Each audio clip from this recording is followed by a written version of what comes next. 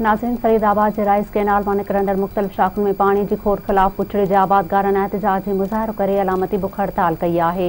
धामरावा, माडो शाख़, बिशारत शाख़, सैयदपुर शाख़ ऐं ॿियनि शाख़ुनि में पाणी जी हथरादू खोट ख़िलाफ़ अॼु 5 ॾींहं बि पुछड़ी जे आबादगारन एहतजाज जी मुज़ाहिरो करे बुख हड़ताल कई। एहतजाज कंदड़नि हाजी खान मारफाणी, बरकत चांडियो, ज़ाहिद चांडियो, अली अब्बास चन्ना, न्याज़ चांडियो, इनायत अली ऐं ॿियनि मीडिया सां ॻाल्हाईंदे चयो आहे त इंजीनियर नेमतुल्ला मंगरियो, STO ज़रगाम राजपर, दारोगो अहमद अली चांडियो पैसनि एवज़ पुछड़ी जे आबादगारनि जो पाणी चोरी कराए बाअसर ज़मींदारनि खे विकिरो करे रहिया आहिनि, जंहिं सबबि संदनि हज़ारें एकड़ ज़मीनूं सुकी तबाह थी वियूं आहिनि। उन्हनि चयो आहे त काफ़ी ॾींहं खां हू एहतजाज करे रहिया आहिनि, पर को बि ऑफिसर नोटिस वठण जे लाइ तयार ई नाहे, जेको अफ़सोस जोॻो अमल आहे। उन्हनि मुतालबो कयो आहे त राइस कैनाल मां निकिरंदड़ समूरनि शाख़नि में पाणी ॾेई खेनि पैदा थियल बेचैनी ख़तमु कई वञे।